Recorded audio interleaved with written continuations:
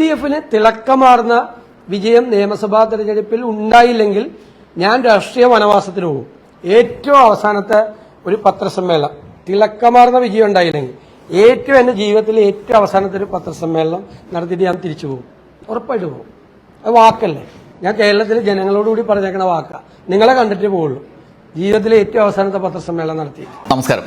ഇന്നത്തെ ദിവസം പ്രതിപക്ഷ നേതാവ് VD സതീശൻ്റെതാണ്. അദ്ദേഹത്തിൻ്റെ ഈ ചിരിക്ക് ഒരുപാട് അർത്ഥങ്ങളുണ്ട്. അത് കേരള രാഷ്ട്രീയത്തിൽ ആയാലും കോൺഗ്രസിൻ്റെ ആഭ്യന്തര രാഷ്ട്രീയത്തിലായാലും VD സതീശൻ വിജയിച്ചു നിൽക്കുകയാണ് എന്ന് പറഞ്ഞുകൊണ്ട് തദ്ദേശ തിരഞ്ഞെടുപ്പിൻ്റെ ഫലങ്ങളെ വിശകലനം ചെയ്യാനാണ് എനിക്കിഷ്ടം.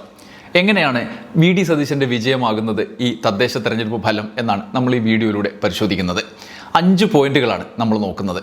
ഏറ്റവും പ്രധാനം കോൺഗ്രസിൻ്റെ ഈ തെരഞ്ഞെടുപ്പിനെ നേരിടാനുള്ള വഴി നിശ്ചയിച്ച ഇടത്താണ്. അത് കഴിഞ്ഞ കുറച്ചു കാലത്തെ പ്രവർത്തനങ്ങളുടെയും UDF-ന്റെ നേതൃപ്രവർത്തനങ്ങളുടെ വിമർശനാത്മകമായ സാഹചര്യങ്ങളുടെയും ഒക്കെ അടിസ്ഥാനത്തിൽ VD സതീശൻ കടുത്ത പ്രതിഷേധങ്ങൾ, പ്രതിരോധങ്ങൾ ഒക്കെ കടന്നാക്രമണങ്ങൾ വരെ നേരിടേണ്ടി വന്ന സാഹചര്യമുണ്ട്.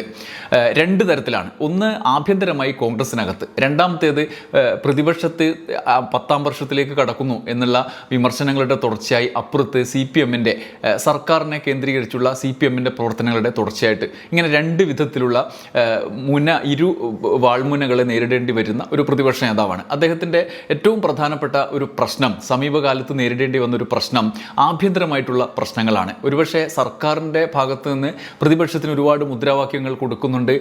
അതിൽ തിരഞ്ഞെടുക്കാനുള്ള സ്വാതന്ത്ര്യത്തെക്കുറിച്ച് മാത്രമാണ് അവർക്ക് ആകുലപ്പെടാനുള്ളത്. അങ്ങനെ ഇരിക്കുന്ന ഘട്ടത്തിൽ പോലും ആഭ്യന്തരമായി നേരിടുന്ന പ്രശ്നങ്ങൾ ഒരുപക്ഷെ പല ഉപതെരഞ്ഞെടുപ്പ് വിജയങ്ങളും ലോക്സഭാ തെരഞ്ഞെടുപ്പ് വിജയം ഒക്കെ വരുമ്പോഴും കോൺഗ്രസിനെ വലച്ചു. അതിനെ നേരിടാൻ തക്ക ലെഗസിയുള്ള ഒരു നേതാവ്, ഒരുപക്ഷെ പഴയ കാലത്തുള്ളതുപോലെ ഉമ്മൻചാണ്ടി വരെയുള്ള നേതൃത്വത്തെ പോലുള്ളൊരു നേതാവല്ല സതീശൻ എന്നുള്ളത് കൊണ്ടുകൂടി അതിനെ നേരിടേണ്ടി വരുന്ന പ്രതിസന്ധികൾ പല മട്ടിലാണ്. അതിലേറ്റവും ഒടുവിൽ UDF-ൽ സതീശൻ്റെ തലമുറയ്ക്ക് ശേഷം വാർത്തെടുക്കപ്പെട്ട ഒരു യുവതലമുറ വലിയ തോതിൽ പാർട്ടിയിൽ നേതൃപരമായ പങ്കുവഹിച്ചിരുന്നത് ഷാഫി പറമ്പിൽ മുതൽ രാഹുൽ മാങ്കൂട്ടം വരെയുള്ള ഒരു സംഘം.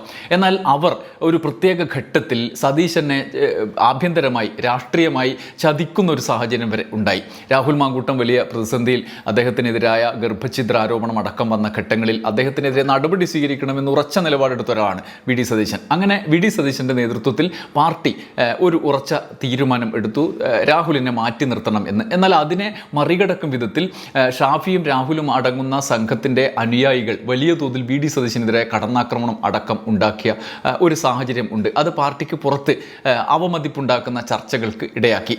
എന്നാൽ സതീശൻ അതിൽ ഉറച്ചു നിന്നു എന്ന് മാത്രമല്ല, സതീശനും രമേശ് ചെന്നിത്തലയും KM മുരളീധരനും അടക്കമുള്ള മുതിർന്ന നേതാക്കൾ കടുത്ത നിലപാട് ആഭ്യന്തരമായി സ്വീകരിച്ചു. പുറത്ത് പ്രത്യേകിച്ചും CPM-ന്റെ പ്രതിഷേധങ്ങളെ അല്ലെങ്കിൽ പ്രതിരോധങ്ങളെ മറ്റു രീതിയിൽ കടന്നാക്രമിച്ചുകൊണ്ട് രംഗത്ത് നിൽക്കുകയും ചെയ്തു എന്നുള്ളതാണ്. എന്നാൽ ഇപ്പോൾ ഈ തെരഞ്ഞെടുപ്പ് ഫലം, തദ്ദേശ തെരഞ്ഞെടുപ്പ് ഫലം വരുമ്പോൾ ആഭ്യന്തരമായി രാഹുൽ മാങ്കൂട്ടവും ഷാഫിയും അടക്കമുള്ള ആളുകൾ ഏതു തരത്തിൽ അവരുടെ അനുയായികൾ പ്രതികരിച്ചുവോ അതിനുള്ളൊരു മറുപടി കൂടിയായി മാറുകയാണ്. അതെങ്ങനെ എന്നുള്ളതാണ് ഈ വീഡിയോയിലെ 2ാമത്തെ കാര്യം.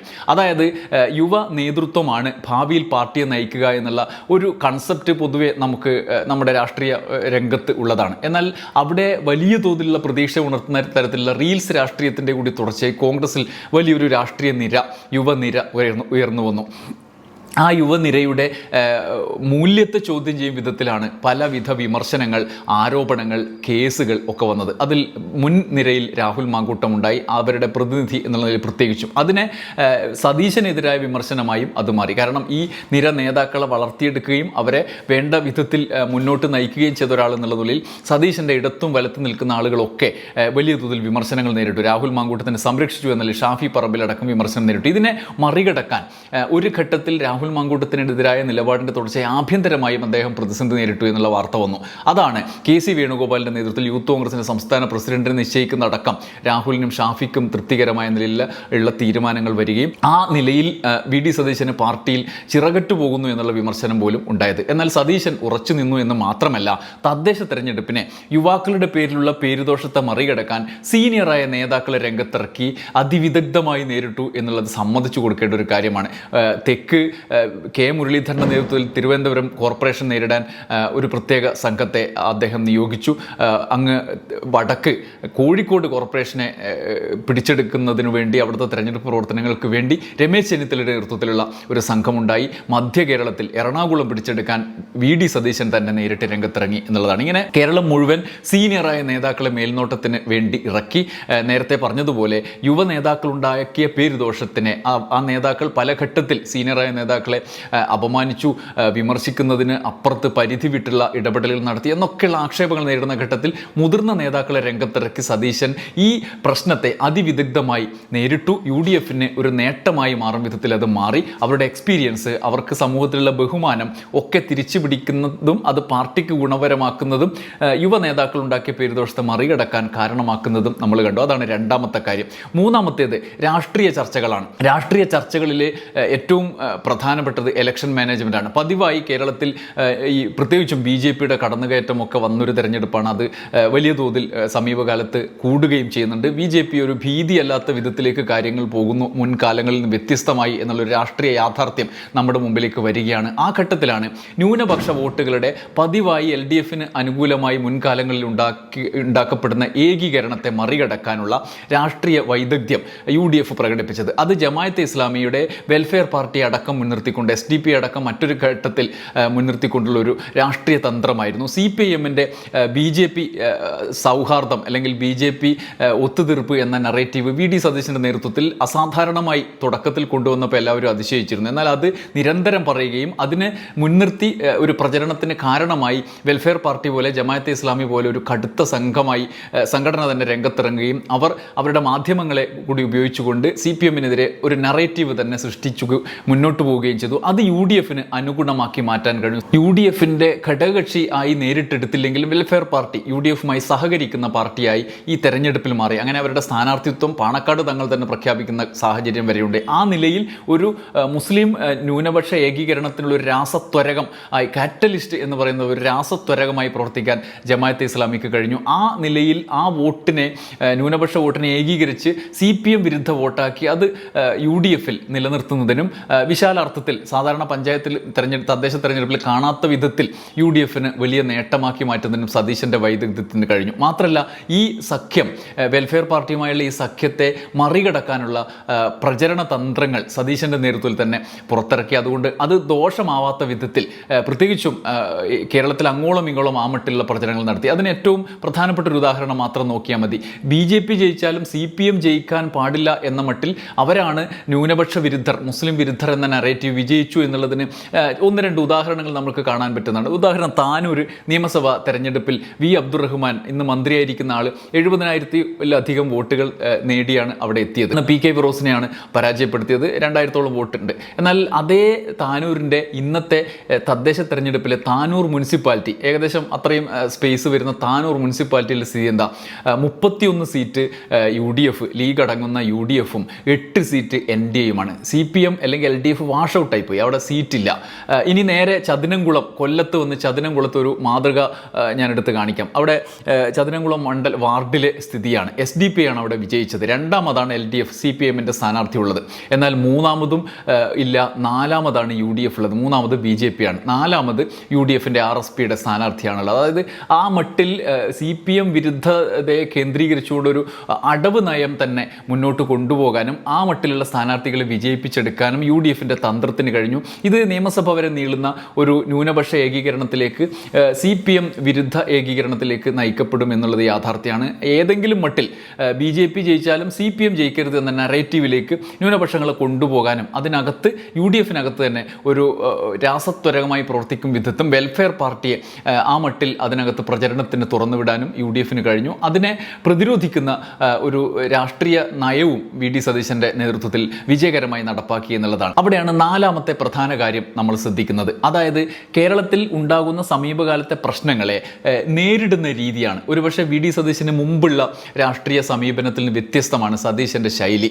യഥാർത്ഥത്തിൽ ഒരു പ്രശ്നത്തെ അഭിമുഖീകരിക്കുമ്പോൾ ആ പ്രശ്നത്തെ ആഭ്യന്തരമായി, ആ പാർട്ടി എന്ന നിലയിൽ അതിനെ നേരിടുക, അതിന് പരിഹാരം കാണുക, എന്നിട്ട് മുന്നോട്ട് പോവുക. മുന്നോട്ട് പോകുമ്പോൾ തന്നെ എതിർ രാഷ്ട്രീയ പ്രസ്ഥാനത്തെ, തങ്ങൾക്കെതിരെ വിമർശനം ഉന്നയിക്കുന്ന പ്രസ്ഥാനത്തെ ഒരു വാട്ട് എബൌട്ടറി സിദ്ധാന്തത്തോടു കൂടി അവരുടെ കൂടി ജനറലൈസ് ഡീസെൻട്രലൈസേഷനോടുകൂടി അവരും ഇതുപോലെ തന്നെയാണ്, അതുകൊണ്ട് ഞങ്ങളുടെ കുറവല്ല, അത് പൊതുവായൊരു കാര്യമാണ് എന്ന് വരുത്തി തീർക്കുന്നതിനും അങ്ങനെ ഒരു നറേറ്റീവ് സൃഷ്ടിക്കുന്നതിനും വി.ഡി. സതീശൻ മനോഹരമായി മുന്നോട്ടിറങ്ങി വന്നു. അത് അതിവിദഗ്ധമായി അദ്ദേഹം സ്ഥാപിച്ചെടുക്കുന്നുണ്ട് ഓരോ വിഷയത്തിലും. ഉദാഹരണത്തിന് രാഹുൽ മാങ്കൂട്ടത്തിൻ്റെ പ്രശ്നം അത് എന്തുമാത്രം ഗൗരവമുള്ളതാണെന്ന് നമുക്കറിയാം. അത് ഒറ്റപ്പെട്ട നിലയിൽ ഉയർന്നു നിൽക്കുന്ന ഗൗരവം അർഹിക്കുന്ന ഒരു പ്രശ്നമാണ് എന്നും അറിയാം. പക്ഷേ സമൂഹത്തിൽ ചർച്ച ഉണ്ടാക്കുന്നതിന് അപ്പുറത്ത് മുകേഷ് ഉണ്ടല്ലോ, അപ്പുറത്ത് ഇന്നാളുണ്ടല്ലോ, മുഖ്യമന്ത്രിയുടെ ഓഫീസിൽ ആളുണ്ടല്ലോ എന്നുള്ള മട്ടിലുള്ള കൗണ്ടറുകൾക്ക് വിദഗ്ധമായി അത് ആവിഷ്കരിക്കാനും പ്രചരിപ്പിക്കാനും അദ്ദേഹത്തിന് കഴിയുന്നുണ്ട്. അതിൻ്റെ തുടർച്ചയായിട്ടാണ് പല പ്രശ്നങ്ങളെയും മറികടക്കാനുള്ള വിഷയങ്ങൾ പലപ്പോഴും മുന്നോട്ട് വരുന്നത്. ഉദാഹരണത്തിന് ശബരിമല അയ്യപ്പ സംഗമം നടത്തുമ്പോൾ അതിനെ NSSൻ്റെ കൂടി പിന്തുണയോടെ സർക്കാർ മുന്നോട്ട് പോകുമ്പോഴാണ് അപ്പുറത്ത് വെള്ളാപ്പള്ളിയെ ചൂണ്ടിക്കാണിച്ചുകൊണ്ട് അതിനെ മറികടക്കാൻ UDFന് കഴിയുന്നത്. അതിനുള്ള വിഭവം CPM ഇട്ടുകൊടുക്കുന്നുണ്ട്, അത് സമർത്ഥമായി ഉപയോഗിക്കുന്നു എന്നുള്ളതാണ് വി.ഡി. സതീശൻ്റെ വിജയം. അഞ്ചാമത്തെ പോയിന്റ് അതാണ്. കേരളത്തിലെ ഏറ്റവും പ്രധാനപ്പെട്ട ഒരു പോയിന്റായി നമ്മൾ ഈ തെരഞ്ഞെടുപ്പ് വിലയിരുത്തുന്ന സമയത്ത് CPMനുണ്ടാക്കിയ തിരിച്ചടിയും UDFന് നേട്ടമായി ഒരുപക്ഷെ ന്യൂനപക്ഷ ഏകീകരണത്തിന് തന്നെ കാരണമായതുമായ ഒരു കാരണം വെള്ളാപ്പള്ളി നടേശൻ്റെ സാന്നിധ്യമാണ്. വെള്ളാപ്പള്ളി നടേശൻ്റെ സാന്നിധ്യം ഇന്നും ഇന്നലെയും തുടങ്ങിയതല്ല. വെള്ളാപ്പള്ളിയുടെ വീട്ടിൽ ഒരു ഭാഗത്ത് BDJSൻ്റെ BJPയുടെ സഖ്യകക്ഷിയായ മകൻ ഇരിപ്പുണ്ട്, അപ്പുറത്ത് അദ്ദേഹം നിരന്തരമായി CPMനെയും പിണറായി വിജയനെയും അടക്കം പുകഴ്ത്തുകയും ചെയ്യുന്നു. അതിനൊന്നും ചെയ്യാനില്ല, അത് അദ്ദേഹത്തിൻ്റെ പരിപാടിയാണ്. അതിന് ഒരുപക്ഷെ CPMനും സർക്കാരിനും ഒന്നും ചെയ്യാനില്ല. പക്ഷേ അതിനപ്പുറത്ത് വെള്ളാപ്പള്ളിയെ CPMൻ്റെ കൊണ്ടു നടക്കുന്ന ഒരാളാക്കി മാറ്റുന്ന വിധത്തിൽ ചിത്രീകരിക്കപ്പെടുന്ന സാഹചര്യം ഉണ്ടായി. ആ സാഹചര്യത്തിന് കാരണമായി CPMൻ്റെ അയ്യപ്പ സംഗമത്തിൽ മുഖ്യമന്ത്രിക്കൊപ്പം എത്തിയ വെള്ളാപ്പള്ളിയുടെ പ്രാതിനിധ്യം മാറി എന്നുള്ളതാണ്. അതേ വെള്ളാപ്പള്ളി മലപ്പുറത്ത് പോയിട്ട് മുസ്ലിം വിരുദ്ധത പ്രസംഗിക്കുകയും ചെയ്യുന്ന ഘട്ടത്തിൽ ഇത് CPMൻ്റേതായ തലയിലേക്ക് പോവുകയാണ്. ആ മട്ടിലുള്ള നറേറ്റീവ് ഇപ്പുറത്ത് സൃഷ്ടിക്കാനും അത് വിജയകരമായി മുന്നോട്ട് കൊണ്ടുപോകാനും സതീശിൻ്റെ നേതൃത്വത്തിലുള്ള ഒരു പൊളിറ്റിക്കൽ എഞ്ചിനീയറിങ്ങിന് കഴിഞ്ഞു എന്നുള്ളതാണ് യാഥാർത്ഥ്യം. അങ്ങനെ BJPയുടെ ഒരു നറേറ്റീവ് CPMൻ്റെ തലയിലേക്ക് വരുന്ന സാഹചര്യം ഉണ്ടായി. അതിൻ്റെ മുഴുവൻ പാപഭാരവും CPM പേറേണ്ടി വരുന്ന അനിവാര്യമായ സാഹചര്യം ഉണ്ടായി. അത്തരത്തിലുള്ള വീഴ്ചകളിലേക്ക് CPM കൊണ്ടുചെന്ന് സ്വയം ചാടി എന്നുള്ള യാഥാർത്ഥ്യമുണ്ട്. അങ്ങനെയുള്ള കാരണങ്ങളെ കൃത്യമായി അഡ്രസ്സ് ചെയ്യാനും അതിനെ ഇങ്ങനെയുള്ള രാഷ്ട്രീയമായ ഒരു വ്യാഖ്യാനത്തിലൂടെ CPMനെതിരെയും സർക്കാരിനെതിരെയും തിരിക്കാനും കോൺഗ്രസിൻ്റെ നിലപാടിനെ ബലപ്പെടുത്താനും വി.ഡി. സതീശൻ്റെ ഈ സോഷ്യൽ എഞ്ചിനീയറിംഗോ അല്ലെങ്കിൽ പൊളിറ്റിക്കൽ എഞ്ചിനീയറിംഗോ എന്നൊക്കെ പറയാവുന്ന തരത്തിലുള്ള ആ സമീപനത്തിന് കഴിഞ്ഞു എന്നുള്ളത് യാഥാർത്ഥ്യമാണ്. ഇങ്ങനെ 5 പ്രധാനപ്പെട്ട കാര്യങ്ങളാണ് ഈ തെരഞ്ഞെടുപ്പ് ഫലം UDFന് അനുകൂലമായ ഒരു തരംഗ സ്വഭാവത്തിലേക്ക് ഉയർന്ന ഘട്ടത്തിൽ നമ്മൾ വിലയിരുത്തുമ്പോൾ കാണുക. അതിനൊക്കെ അപ്പുറത്ത് CPM സർക്കാർ പല വിധത്തിലുള്ള ക്ഷേമ പദ്ധതികളടക്കം മുന്നോട്ട് കൊണ്ടുവന്നു. അതൊക്കെ യാഥാർത്ഥ്യമായി വരുന്നു, അതിൻ്റെ ഇമ്പാക്റ്റ് വരാൻ പോകുന്നതേ ഉള്ളൂ. അങ്ങനെയൊക്കെ നിയമസഭാ തെരഞ്ഞെടുപ്പിലേക്ക് വരുമ്പോഴുള്ള മറ്റൊരു രാഷ്ട്രീയ ചിത്രത്തിലേക്ക് കാര്യങ്ങൾ മാറിയേക്കാവുന്ന രാഷ്ട്രീയ സാഹചര്യം രൂപപ്പെടും. മാത്രമല്ല CPMന് ഇനി നേരിടാൻ പോകുന്ന വലിയൊരു പ്രതിസന്ധി കൂടി UDF സൃഷ്ടിക്കുകയാണ്. അതായത് ഈ ഒരു ആത്മവിശ്വാസത്തിലൂടെ മുന്നോട്ട് കൊണ്ടുപോകുമ്പോൾ നിയമസഭാ തെരഞ്ഞെടുപ്പിൽ BJP ഇപ്പോൾ തിരുവനന്തപുരം കോർപ്പറേഷൻ അടക്കം പിടിച്ച് ആത്മവിശ്വാസത്തോടെ മുന്നോട്ട് നിൽക്കുമ്പോൾ പ്രധാനമന്ത്രി ഇന്ന് മാത്രം ഒന്നിലധികം പോസ്റ്റുകളെ സംബന്ധിച്ചിട്ടും നിങ്ങൾ ശ്രദ്ധിച്ചിട്ടുണ്ടോയെന്നറിയില്ല. അങ്ങനെ ദേശീയ തലത്തിൽ തന്നെ പ്രാധാന്യമുള്ള ഒരു കേന്ദ്രമായി കേരളം മാറുകയാണ് നിയമസഭാ തെരഞ്ഞെടുപ്പിൽ. അവിടെ ദേശീയ തലത്തിൽ ഒരു ഭാഗത്ത് മോദി, ഇപ്പുറത്ത് UDF. ഒരുപക്ഷെ ഇനിയുള്ള സാഹചര്യങ്ങളിൽ രാഹുൽ ഗാന്ധി അടക്കമുള്ള ആളുകൾ പ്രചരണത്തിനിറങ്ങുന്ന സാഹചര്യങ്ങൾ ഫെബ്രുവരിയോടുകൂടി വലിയ ആസൂത്രണം അവർ ആലോചിച്ച് മുന്നോട്ട് കൊണ്ടുപോകുന്നുണ്ട്. ആ സാഹചര്യത്തിൽ ദേശീയ തലത്തിലുള്ള 2 ശക്തികൾ ഇവിടെ കേന്ദ്രീകരിക്കുമ്പോൾ CPMന് എന്തുമാത്രം അതിനോട് ഫൈറ്റ് ചെയ്യാൻ ഉള്ള ഒരു സാഹചര്യമാണുള്ളത് എന്നുള്ള യാഥാർത്ഥ്യം കൂടിയുണ്ട്. അതുകൊണ്ട് തന്നെ ഏറ്റവും പ്രധാനപ്പെട്ട കാര്യം CPM എത്രയും വേഗം കറക്റ്റ് ചെയ്ത് മുന്നോട്ട് പോകാൻ കാരണങ്ങൾ എന്താണെന്ന് കണ്ടെത്തി അത് കറക്റ്റ് ചെയ്ത് മുന്നോട്ട് പോകാനുള്ള സാഹചര്യം ഒരുക്കുക എന്നുള്ളതാണ്. ആ മട്ടിൽ മുന്നോട്ട് പോകുമ്പോൾ തന്നെ ഇത്തരം യാഥാർത്ഥ്യങ്ങളെ അഡ്രസ്സ് ചെയ്യാതെ മുന്നോട്ട് പോയതുകൊണ്ട് ഒരു കാര്യവുമില്ല. ഒരുപക്ഷെ ഭരണപരമായി ഏറ്റവും മികച്ച നിലയിൽ CPM മുന്നോട്ട് പോയൊരു കാലഘട്ടം, അസാധാരണമായ നിലയിൽ അപൂർവമായി മുന്നിൽ നമുക്ക് ഉദാഹരണങ്ങൾ എടുത്തു പറയാൻ പോലും അധികമില്ലാത്തൊരു കാലഘട്ടമാണ് ഇതുള്ളത്, ഈ കാലത്ത് ഉള്ളത്. ആ നിലയിൽ നിൽക്കുമ്പോൾ ഇത്തരത്തിലുള്ള രാഷ്ട്രീയ വിമുഖത ജനങ്ങൾ വോട്ട് ചെയ്യാൻ കാണിക്കുന്നു എന്നുള്ളതിൻ്റെ കാരണം കണ്ടെത്തുക എന്നുള്ളത് പ്രധാനമാണ്. ആ മടുപ്പ് എങ്ങനെ ഉണ്ടാകുന്നു, ആ എതിർപ്പ് എങ്ങനെ ഉണ്ടാകുന്നു എന്നുള്ളത് അത് ഒരുപക്ഷെ ഭരണപരമായ അഡ്മിനിസ്ട്രേഷൻ ലെവലിലുള്ള കാരണങ്ങൾക്ക് അപ്പുറത്ത് ഈ നേരത്തെ നമ്മൾ പറഞ്ഞതുപോലെയുള്ള കാരണങ്ങൾ കൂടി ആകാം എന്നുള്ള യാഥാർത്ഥ്യമുണ്ട്. പ്രത്യേകിച്ചും മതപരമായ വിഭാഗീയത വലിയ തോതിൽ കേരള രാഷ്ട്രീയത്തെ വിഴുങ്ങിക്കൊണ്ടിരിക്കുന്ന ഒരു യാഥാർത്ഥ്യം കൂടി നമ്മൾ കണ്ട് മുന്നോട്ട് പോകണം. അതേസമയം തന്നെ ഒരു ഭാഗത്ത് ഈ മട്ടിൽ മറുമട്ടിൽ എന്ന മട്ടിൽ 2 വിഭാഗീയമായ രാഷ്ട്രീയ സാധ്യതയിലേക്ക് മതം വ്യാപിപ്പിക്കുമ്പോൾ എന്ന ഘട്ടത്തിലാണ് ജനാധിപത്യ പാർട്ടികൾ പലപ്പോഴും പ്രതിസന്ധിയിലാവുക. അത്തരമൊരു പ്രതിസന്ധിയെ കൂടി CPM മുന്നിൽ കാണണം എന്നുള്ള യാഥാർത്ഥ്യമുണ്ട്. എന്തായാലും ഇങ്ങനെ പലവിധ നീരാളി കൈകൾ പോലെ പലവിധ പ്രശ്നങ്ങൾ കേരള രാഷ്ട്രീയത്തെ വിഴുങ്ങുന്ന ഘട്ടത്തിൽ UDF-നെ സമർത്ഥമായി വൈദഗ്ധ്യത്തോടുകൂടി മുന്നോട്ട് കൊണ്ടുപോകാൻ VD സതീശന് കഴിഞ്ഞു എന്നുള്ളത് ഒരു യാഥാർത്ഥ്യമാണ്. അതിൻ്റെ ഉള്ളിൽ പതിയടങ്ങിയിരുന്ന തനിക്കെതിരെ തന്നെ നീക്കമുണ്ടായിരുന്ന ആഭ്യന്തര ശത്രുക്കളെ കൃത്യമായി തിരിച്ചറിയാൻ കഴിഞ്ഞു. അതിനെതിരെ നേരിട്ടുള്ളൊരു പോരാട്ടം എന്നുള്ളതിനപ്പുറത്ത് രാഷ്ട്രീയ വിജയം പൊതുമണ്ഡലത്തിൽ നേടി അതിനെതിരെ പ്രതിരോധം തീർക്കുക എന്നുള്ള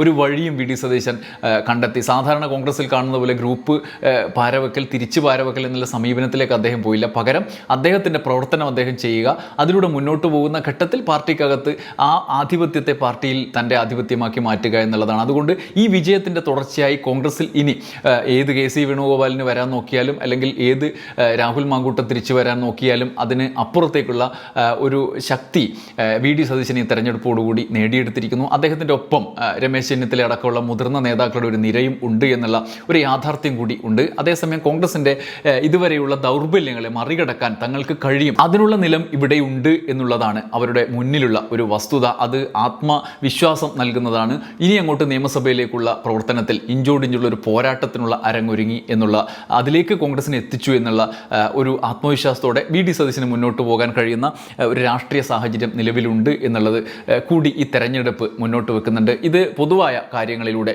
കടന്നു പോകുമ്പോൾ മനസ്സിലാവുന്നു എന്നുള്ള ഒരു 5 പോയിന്റ് നിങ്ങളെ ശ്രദ്ധയിൽപ്പെടുത്താം എന്നുള്ളത് കൊണ്ടാണ്. നമുക്ക് മറ്റ് വിശദാംശങ്ങൾ ഇതിൻ്റെ പിന്നാലെ കൊണ്ടുവരാം. നന്ദി, നമസ്കാരം.